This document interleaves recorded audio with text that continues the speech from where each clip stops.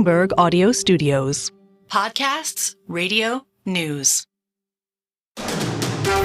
You're listening to the Bloomberg Intelligence Podcast. Catch us live weekdays at 10 a.m. Eastern on Apple CarPlay and Android Auto with the Bloomberg Business app. Listen on demand wherever you get your podcasts or watch us live on YouTube.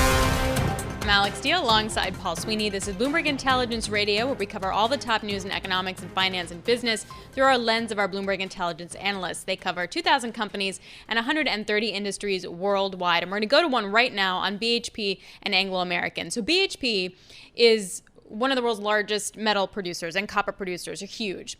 And they have made a third bid for Anglo American, which is another copper producer, but has other stuff. They have some South African assets. They have De Beers, for example, the diamond producer. They have a fertilizer, etc. And BHP really wants to buy this company for its copper assets. It's their third bid. The problem is it's complicated. They want to have Anglo American spin off all of its South African assets before the takeover, and that makes things a little dicey, and Anglo American doesn't really like it. The difference is that Anglo American is now talking to BHP, and they will talk until May 29th. They have not yet talked. So let's get more on this. Grant Sporre, Bloomberg Intelligence, Global Head of Metals and Mining. So this third bid is almost $50 billion, US I'm talking about. What do you think? I must be honest. Hi, thank you for having me on. It's further than I thought BHP would have gone. And it just shows how really keen they are on getting hold of Anglo's, particularly the copper assets. There are some other interesting assets as well, but I think it just shows you what value BHP is ascribing to the whole Anglo portfolio. I must say, when we do a sum of the parts valuation, we get to around about £29, which is kind of where the offer stands today on an undisturbed share price basis. An undisturbed share price means what? Before the bid was, before the rumor mill got the bid out, and then the price spiked? Exactly. Okay. Yeah, exactly. So the price is based on the 23rd of April. So before the news came out, basically. On today's numbers, it's closer to £31. That would be today's offer, which kind of puts it above a sum of the parts valuation. If you really want to stretch the valuation, I can get it to £38, but then you have to do some really interesting things. You have to say De Beers is worth what it is on the book, which Anglo has, which is around 7.2 billion. And given today's diamond market, that's a stretch.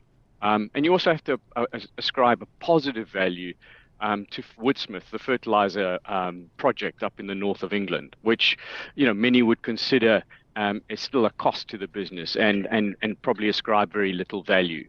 So I think it's a decent offer, but as you mentioned, it's the deal structure that seems to be the roadblock for Anglo American. Yeah, and on that end, if I were Anglo American, I'm like, no. If you want to buy this company, this is the company. You guys deal with it afterwards. Why make us go through, all the process of doing it? I mean, is that kind of where Anglo American is right now in terms of positioning? Well, I think two things. One is, yes, you're right. The challenge will be that if Anglos tries to spin off both Amplats and Kumba, there will be some shareholders who won't be able to hold it in their portfolios. Their mandates just won't allow them. And also they probably may not want to own pure play platinum or iron ore companies. So if you have a lot of forced sellers, that puts some of the value in question for these two businesses. But I would say, look, I mean, Anglo have kind of opened the door a little bit, because they've said, well, we will spin off Anglo Platinum. We are going to deal with this issue because, we think that a slimmer version of the company without Anglo Platinum is best for both companies. So they've kind of slightly opened up the door in terms of, well, we're going to do half of that anyway. So perhaps a compromise for BHP would be to say, okay, well, you do that and we'll deal with Kumba. That's possibly the next sort of compromise that may come out. I mean, that's why it's so funny, because after BHP came out with the first offer, then Anglo, to kind of fend them off, was like, all right, we will divest a couple of these assets. Okay, So they're like weirdly giving approval to the deal, but also not at the same time. It's very odd. Taking a step back for a second, Grant, why does BHP want Anglo so badly? I think there are two reasons. One, I think there is a bit of there was a bit of opportunism, because Anglo's share price was relative to everyone else, or the diversified miners, was under pressure after they cut production guidance, and the share price reacted badly on the back of that. So there is some opportunism. But if you look at the sort of scope and the quality of their copper assets, if you look at it on a margin basis, just a simple margin basis, their copper business actually generates better margins than BHP's overall. Now, in part because BHP has Olympic Dam in South Australia, which has been a challenging asset for them, but nevertheless the quality is really good, and they have a lot of expansion options within their copper portfolio. So these are really good assets, and would be very difficult to get hold of. So I think I can see the attractiveness in the whole copper portfolio for BHP. Grant, are you as bullish on copper as The rest of the universe? the rest of the universe? Let me put it this way. I think the current price has got well away from where we are on a fundamental basis. So I think there's a lot of speculative interest in the metal. And just as a very rough gauge, the amount of interest I'm getting from more generalists, people I haven't spoken to before, kind of gives me that rough sense that, I think we're very, very squarely in a bull market, but there is a lot of speculative interest in the metal as well. So, yes, I can see the long-term appeal. I just think where we are currently, we're a little bit adrift from where fundamentals should suggest the price should be. Yeah, that's the whole cyclical structural thing, right? Structural shift. We need copper for the long-term data centers, for the grid, for the power industry, for the green transition, but it's still cyclical, right? Like, it's still going to be about China's property sector is not so great, etc. How do you think this plays out? So Anglo is going to talk to BHP until May 29th. What do you think happens in these 7 days? Well, there's got to be a bit of movement. I think the interesting thing, if you read the Anglo response, it wasn't there that the BHP's bid undervalued the company. So it's all going to I think it all boils down to the deal structure. Now, as I say, if BHP is willing to compromise on perhaps Kumba, they move closer together, or there's some sort of adjustment where BHP does lift an offer in lieu of the fact that there's this risk that if they have to sell Kumba or spin it off, there's this flow back risk. So I think that's what the discussion point is going to be. It depends on the willingness of Anglo and both parties to compromise a little bit more, I guess. Okay. All right, Grant, really appreciate it. Thank you so much. Grant Sporre, Bloomberg Intelligence, Global Head of Metals and Mining on the latest. You're listening to the Bloomberg Intelligence Podcast. Catch us live weekdays at 10 a.m. Eastern on Apple CarPlay and Android Auto with the Bloomberg Business app. You can also listen live on Amazon Alexa from our flagship New York station. Just say, Alexa, play Bloomberg 1130. Let's get more on all of this. Jen Bartashus, Bloomberg Intelligence Senior Analyst. She covers retail staples and packaged food. She's joining us. All right, Jennifer, walk us through the target numbers. So when we saw the results today, obviously Target missed on profit, which is really one of the catalysts behind the stock being down today. But they are very optimistic about second quarter and for the rest of the year. And so I think there's a little bit of reticence about how realistic that is. When it comes to second quarter, in terms of same-store sales, Target says that they're going to return to profit, like they're going to return to growth in second quarter. It's feasible, but remember, last year, second quarter is when they had the blowback from all of the boycotts. So they have a really easy comparison when you talk about a year over year. So that return to growth, yes, but there's a caveat around it. That means to me that the second half is going to be really important if they're going to reach those goals that they put out today. Is the Target shopper the same, similar, no relation to the Walmart shopper? Well, historically speaking, the target shopper has been a slightly higher income household. They tend to be a little bit more fashion forward, fashion focused type individuals. So there's been overlap, but Walmart has slowly been encroaching on what has been Target's kind of main audience. And Target has seen that their customers are under a lot of pressure because they're sort of middle income households. There's been a lot of inflationary pressure, a lot of cutbacks in discretionary spending. So there's been kind of pressure from both sides. And so Walmart says they're going to up their private label game, especially in apparel. That could be a threat to Target, but it is one of Target's core strengths. So if they can get people to come back and start engaging again, that's really what historically has helped Target drive their success. So reaffirming their guidance for the full year, I mean, like you mentioned, that means they're going to have to really deliver in the back half. What are the levers they can pull to do that? So from a profit perspective, they have a lot of things that they've been doing in terms of cost control, in terms of streamlining their supply chain. Their inventory was down another 7% this quarter. Those are all great things because it helps make them more efficient and cost effective. So from a margin perspective, you know, there's still some runway to continue to expand margins. The real question is, are they going to be able to drive sales growth? What's concerning is that the in-store sales for same-store sales are still significantly lower. And you know, part of the idea behind the discretionary categories is that people come into stores and they browse and they find an outfit or they find an accessory.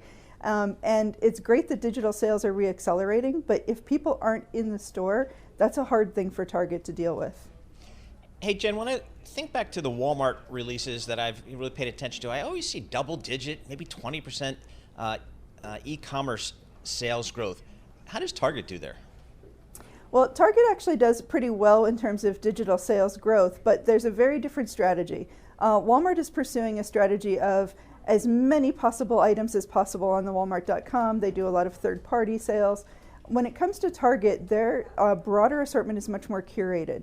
And so they are very thoughtful about which vendors they bring onto the Target.com to enhance the offering that Target has. So there are different approaches to e-commerce. Both are seeing some success, but you can't really compare them, you know, strictly side by side.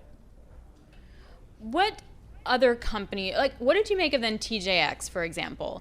Because in some ways they can be immune from the slowdown, right? Because everyone, me included, will go shop there. Are we seeing that reflected in the numbers?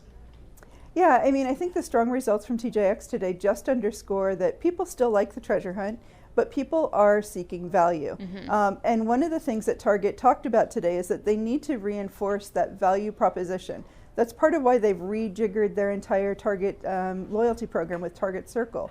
TJX, everybody knows you can go and you have the potential to find something that is an amazing deal. And that's enough to draw people into stores. Really? Target has gotten a little bit away from that. Yeah. Sure, Paul. See, Paul doesn't. So Paul's never been in a TJX, so I don't think he truly understands the beauty of this. I went to my first Walmart last weekend. You so did, yes. So that's like a semi-gold star. So they have not only just discounted stuff, but they have the runway. And that's the jam. That is designer stuff on some serious sale, and you can get that on clearance. And you're looking at like a 90% off a designer kind of situation. Do you know beforehand whether it's going to be there? No, that's the fun. Then you add the treasure hunt, and you don't know the beauty that will be unveiled as you go in. Am I selling this appropriately, Jen? Absolutely. I mean, that is some of the appeal. You never know what you're going to find, and so you go as often as you can because there's a chance you'll find that amazing deal. What's the promotional environment out there, Jen? Are the Walmarts, the TJXs, the Targets, are they putting out a lot of promotions to get people in the store or to click that button? Yeah, the promotional environment has been escalating, and so you hear Walmart talk about rollbacks. That's basically putting things on sale or discounts. Target talked about cutting prices on by the end of the summer up to 5,000 items, all for essentials. So the idea is to try to advertise that there's value proposition there, and enforce that they're looking out for the customer. Trying to get people to engage in coming back and perhaps buying a little bit more. And let's be honest, it doesn't hurt from a public relations perspective when you have the White House talking about retailers not being responsible enough and rolling back costs on essentials. So there's certainly a little bit of a play there to help appease some of that political pressure as well. But that doesn't make me want to buy the stock, though.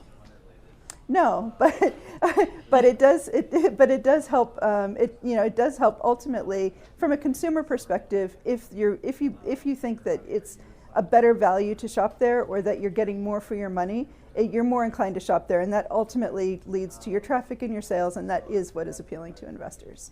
What are the dollar stores seeing these days? Are they seeing a pickup in traffic? Maybe the people trading down from a Walmart or a Target? There's been some trade down into the dollar stores, and we tend to see that every time we go through sort of an economic depression. But one of the challenges for the dollar stores is that people are coming in, but they've abandoned the discretionary spending, even though at a dollar store the discretionary spending is not that expensive. So their consumables mix, for example, at Dollar General is close to 80% of their sales are what would be considered consumable items.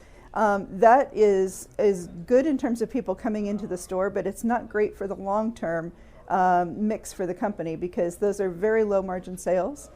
They're high frequency, but people have been really watching those, watching their wallets. And so the basket sizes are a little smaller. The mix is more consumable. So we'll be watching for any signs that they're getting some higher income households coming in to spend on those more discretionary items, or that their core consumers are loosening spending a little bit. But honestly, this quarter is probably not going to be panning out. No, definitely not. Target falling the most, I should say, going back to Target, the most since November of 2022. Does that feel extreme to you, considering that the actual numbers weren't like terrible?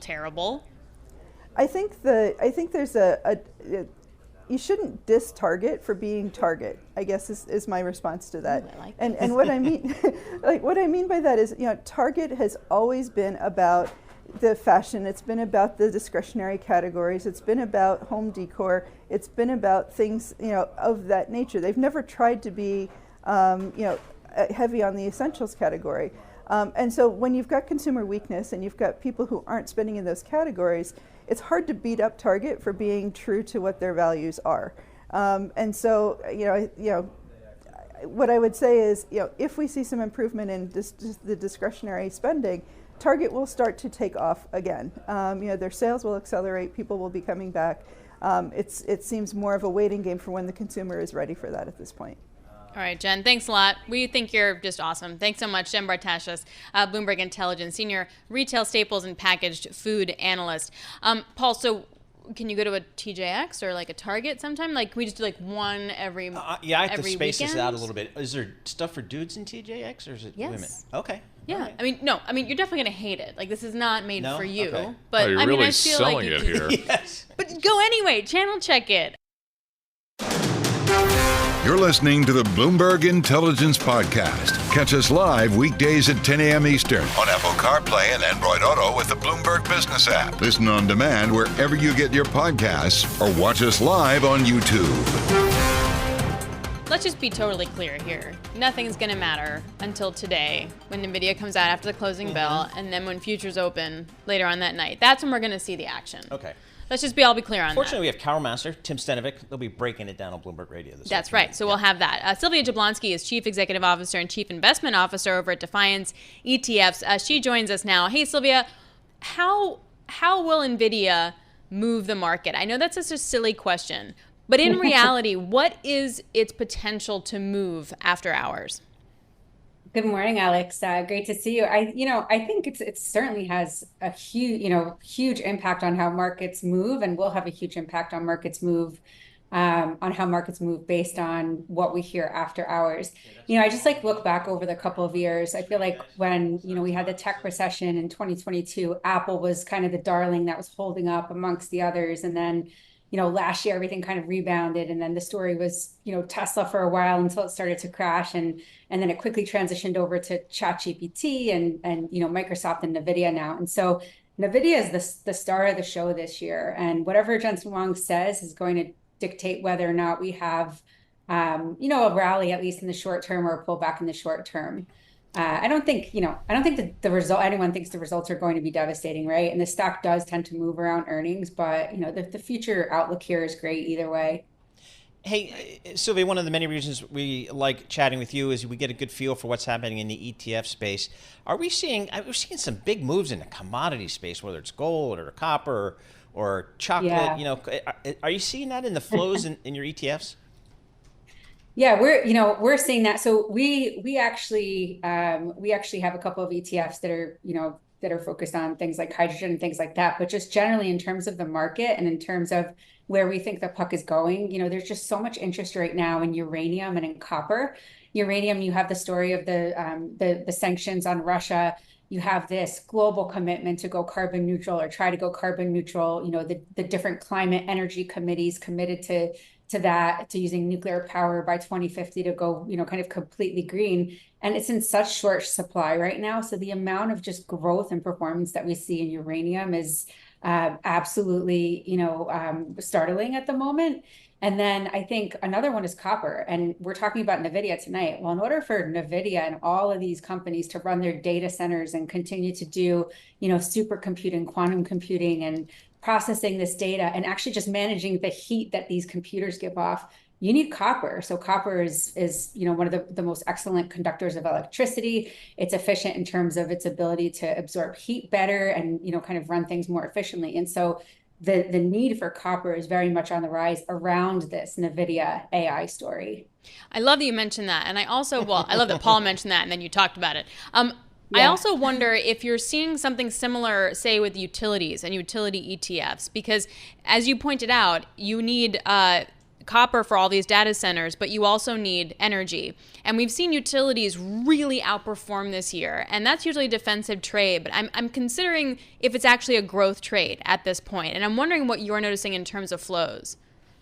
Yeah, I've been thinking a lot about that too, actually. And then to pile on top of that, the energy needed, the different, kind of utilities needed to, like, we kind of like forget about the nuts and bolts because they tend to be a little more boring than, the semiconductors that are making robots and doing all these things. But you need them to essentially run all of these innovations. But on top of that, I would pile on things like tech and connectivity, right? Things like 5G and then like 6G, the next generation of telecommunications. You need companies like T-Mobile and AT&T and Crown Castle and like these cell towers that are in the middle of the country helping to foster low latency, foster smart cities and communications, because you can create all of these high tech types of devices and machines and data, but they actually have to flow through to wherever they're supposed to go. And so you need kind of like the old school telecommunications for that too. So I think that's how you broaden out the AI trade, right? Like if you have FOMO from NVIDIA, look to that stuff, look to the utilities, look to the copper, look to the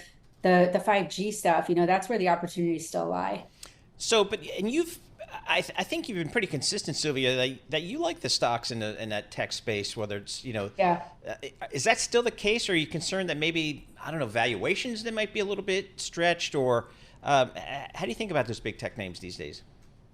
So I remind myself every time I feel like a tech stock has gotten too high to buy and I'm looking at like a 3 to 4% pullback and I'm thinking about, whether or not I should dive in because of where our valuations are, I start running data, right? I start running like the last 40 years, the last 30 years, the last 20 years, the last 10 years. And if you just run the NASDAQ performance as compared to anything like broad-based S&P 500, Russell, Dow, whatever it is, the performance is like twice over a decade, twice that of the S&P, over 20 years, twice that of the S&P, and so on. And what leads the NASDAQ? It's tech, right? So I just think that over time, in terms of our ability to actually experience continued GDP growth, to actually experience innovation and make up for population issues, the job worker demand issues, all of these things, you need technology. So I just don't think it's going away. And they're, if you look at earnings and what they're doing, I mean, they're growing into their valuations.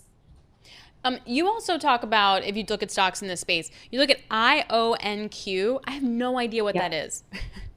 Yeah, so that's a quantum computing company. And then again, this is on my thesis of, so we have AI, we're so excited about AI.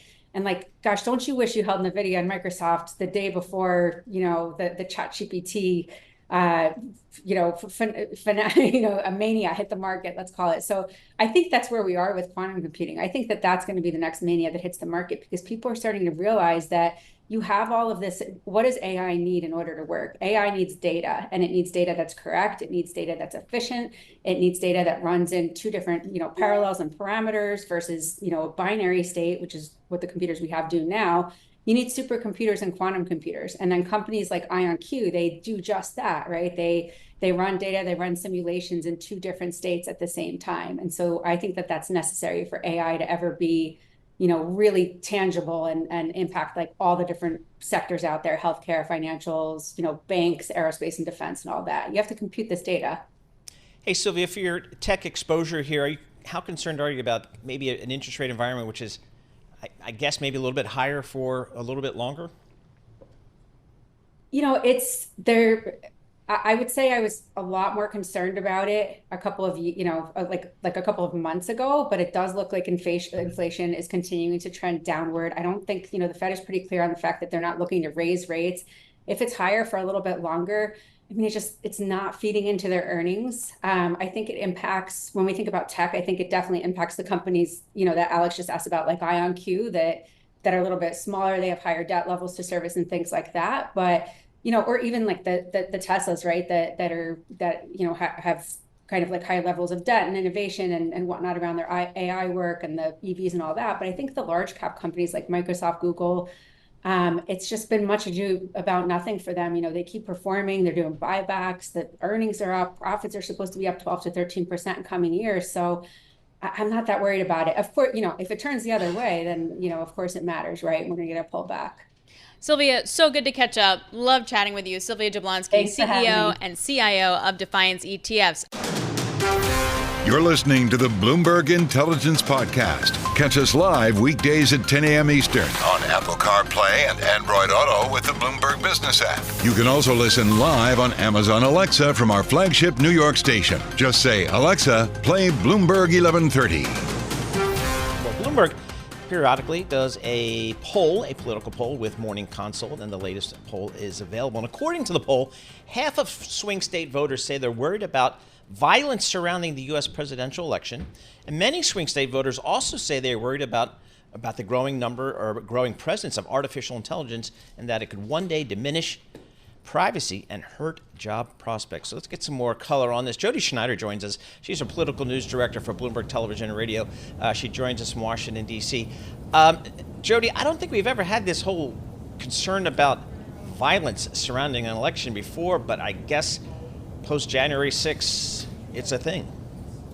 Yeah, it is. And we asked specifically about this because we've been doing this poll now since last fall, as you know, Paul, and we've been asking about the candidates themselves, and we continue to ask about that. But we wanted to ask on some issues as well, and this seemed to be one that's percolating out there quite a bit, that we hear a lot from. And so we went and asked the voters themselves, asked them, in these swing states, in these 7 swing states. And as you noted, about half say they are concerned about that. And it seems to be pretty evenly split between Republicans and Democrats in terms of that concern. So that's real, and that could affect them in terms of how they vote, perhaps whether they vote, because both parties really need big turnout. It's going to be, as everyone expects, a close election, close in terms of the popular vote, and of course that affects the Electoral College, which is where it comes down to where the rubber meets the road, if you will. Jodi, does the fear sway how people are going to vote? Well, I think it more could affect whether they vote, Alix. I really think that's part of it. If you fear that, perhaps there's going to be violence surrounding this, or there's this kind of fear about things, maybe you say, and we've seen a lot of polling around the fact that there isn't a lot of excitement around either candidate. We had at one point polls showing that they wish there was someone other than Biden or Trump. But this is who we have. This is who's going to be on the ballots. And so I think it's more going to be a turnout issue. We'll see. Now, of course, we do this polling and we all talk about polls a great deal in an election year like this, but it's still about 5.5 months out before the election, and a lot of people don't make up their minds fully until after Labor Day. So this is still this is an issue that could affect voting, but we still have plenty of time before people actually start voting. So, Jodi, aside from these issues, what are kind of the key issues that our polling has kind of illuminated are kind of going to be the key issues for these candidates through the election?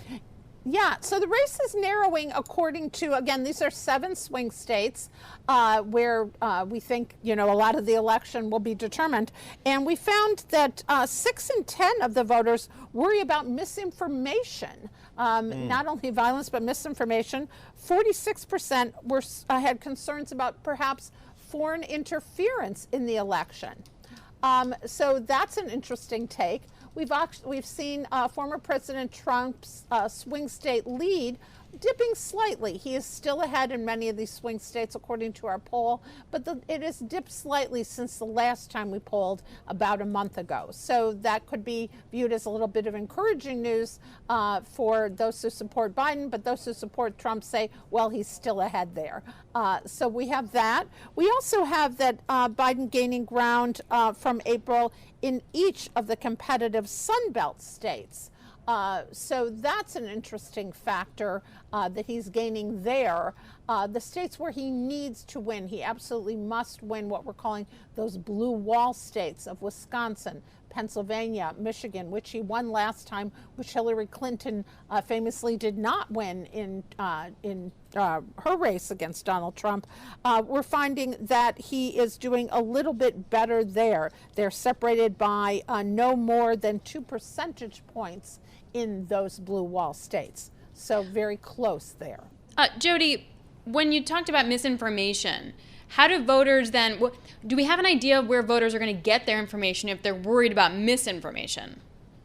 Well, that's a really good question, Alix. And so many of them talk about misinformation, but then they go to places where they are, where there's potentially misinformation. And a lot of voters are getting their news from a lot of places that we don't necessarily consider traditional news outlets. So it's an interesting question. We did ask about TikTok. That's been a big issue.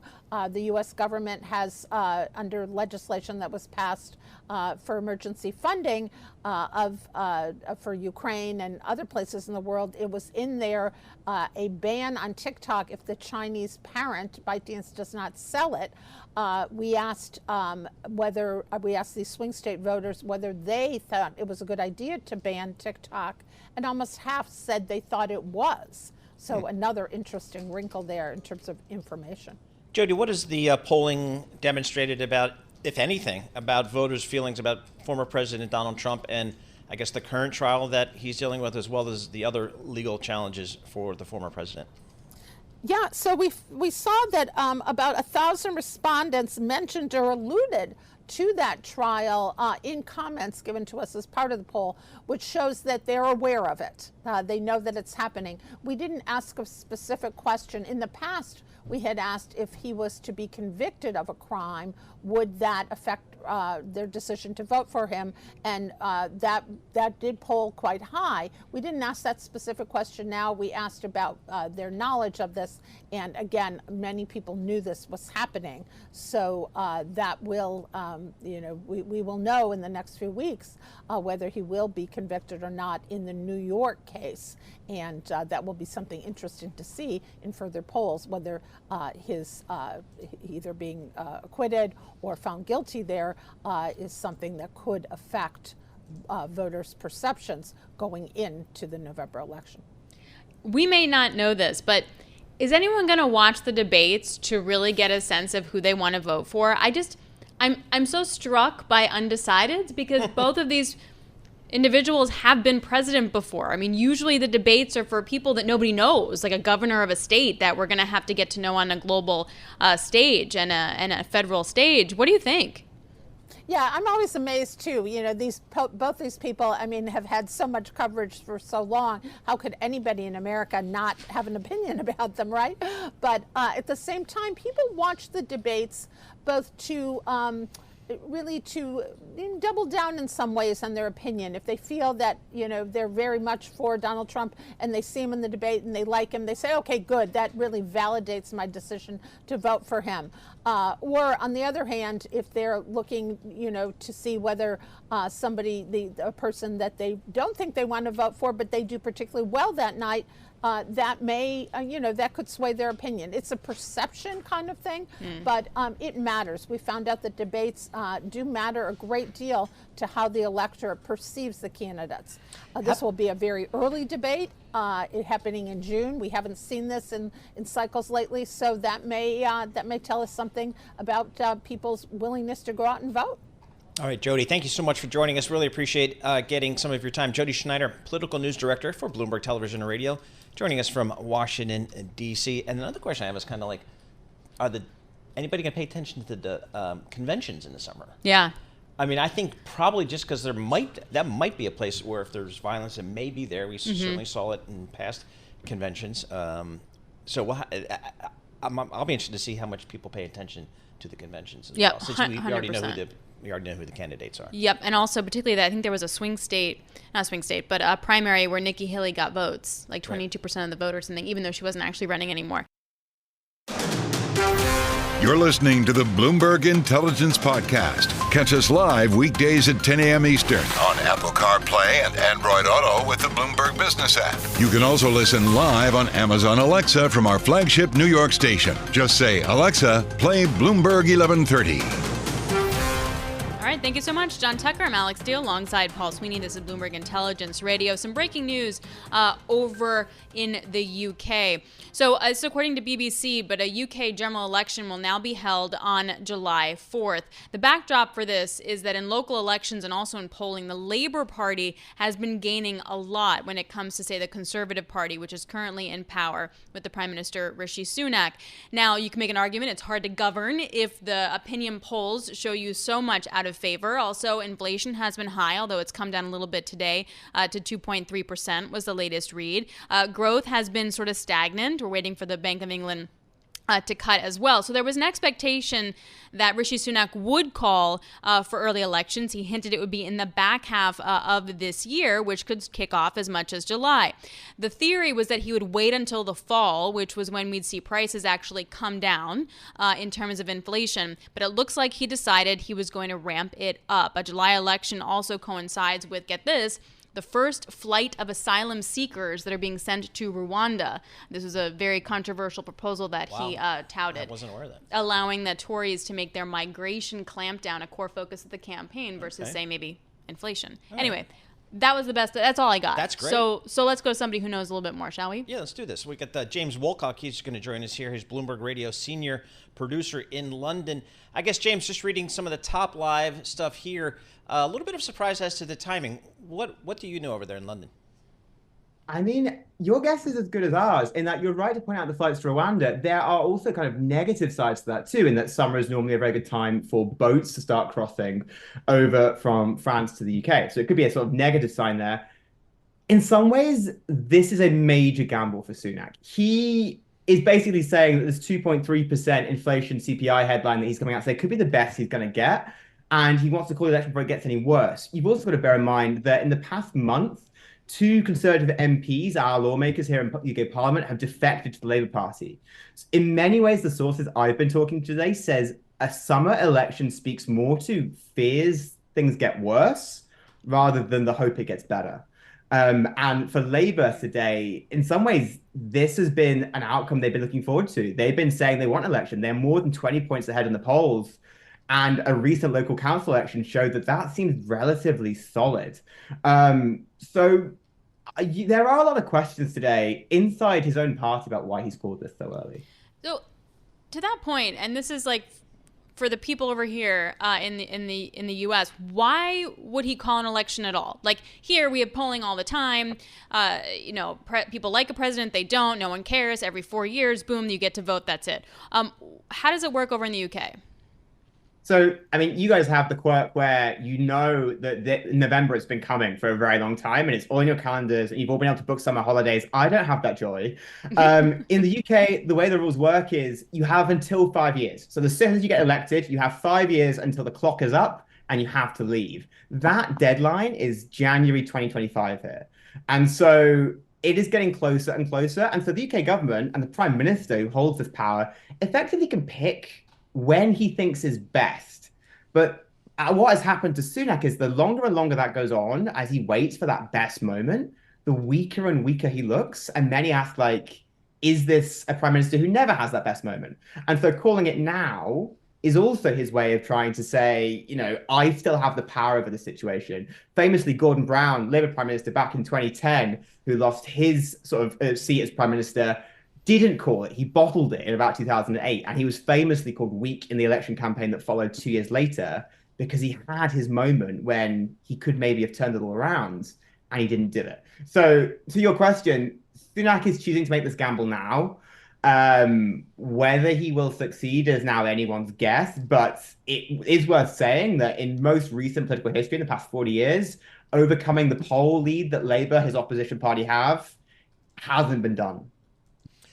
Do we know who the Labour Party will put up against Mr. Sunak? Yeah, we do. So the Labour opposition leader, Keir Starmer, he's been in power over in the Labour Party since about 2020, and the Labour opposition leader is the person who will run against him. Keir is increasingly well known in the UK. He is putting forward quite a centrist platform in comparison to the previous Labour leader back in 2019, Jeremy Corbyn, who was very left-wing by UK standards. And what Keir Starmer is running on is he put out an election pledge card last week. That's how much speculation has been going in the UK building up to this, where he said his 6 first steps would be, and don't test me here, but stabilizing the economy, reforming the UK health service, protecting the borders, cracking down on crime, and as well as that, he's also looking to reform education. And I think that I've named 5. The 6th one eludes me, but broadly, that is going to be his platform. For Sunak, this election is all about the economy. But both sides here have a story to tell about the economy. And we're learning now from other news outlets that Rishi Sunak, Prime Minister of the UK, will make a statement in Downing Street at about 5 p.m. So U.S. time, that's about 13 minutes time. James, why are people so unhappy with the Tory party, with the Conservative Party right now?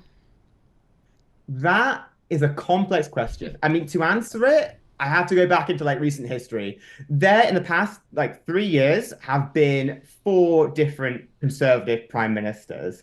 And when you look at that, that has become a hallmark of a difficult leadership. Inflation, like in the US, has hit double digits and has only recently come down 2.3% today. And combine that with sluggish GDP growth, a very difficult leaving of the European Union. And the Conservative Party have also been in power for 14 years. And part of this is just a kind of political exhaustion. Add all that together, and many people here are looking for something different. And it is worth saying, although the Conservative Party are beneath the Labour Party, the main opposition in the polls, it has yet to be demonstrated there is a real enthusiasm for Labour either. There is just kind of this real exhaustion with the current political options in Britain. Just real quickly for us here, this flight to Rwanda, these people, who are they? Do they want to go to Rwanda, or are they being kicked out? They're being kicked out. So in the same way, I think the parallel for you guys is people crossing the border from Mexico. In the UK, our form of illegal migration comes across the English Channel from the border with France. And so migration has been a core issue, a contentious issue in UK policy for years now. And Rishi's big gambit has been to say that we will consider breaking international law and we will deport anyone we catch illegally and send them to Rwanda to be processed as asylum seekers. And then if that processing is legal, they will then come back to the UK. And if it is illegal, they will be then found to stay in Rwanda. This has been an extremely controversial policy, which many experts say may not even work. It would deport maybe 1% of those who enter the UK illegally, according to sort of think tanks who look at this migration stats. Yeah. And it's basically the idea being it would deter, the Conservatives say, anyone from wanting to cross. All right. But That's All right, yeah, I'll I'm leave it through. there just for time. Appreciate it. James Woolcock, he is the senior producer for Bloomberg Radio over in London. Give us the latest reporting on elections coming. This is the Bloomberg Intelligence Podcast, available on Apple, Spotify, and anywhere else you get your podcasts. Listen live each weekday, 10 a.m. to noon Eastern on Bloomberg.com, the iHeartRadio app, TuneIn, and the Bloomberg Business app. You can also watch us live every weekday on YouTube and always on the Bloomberg Terminal.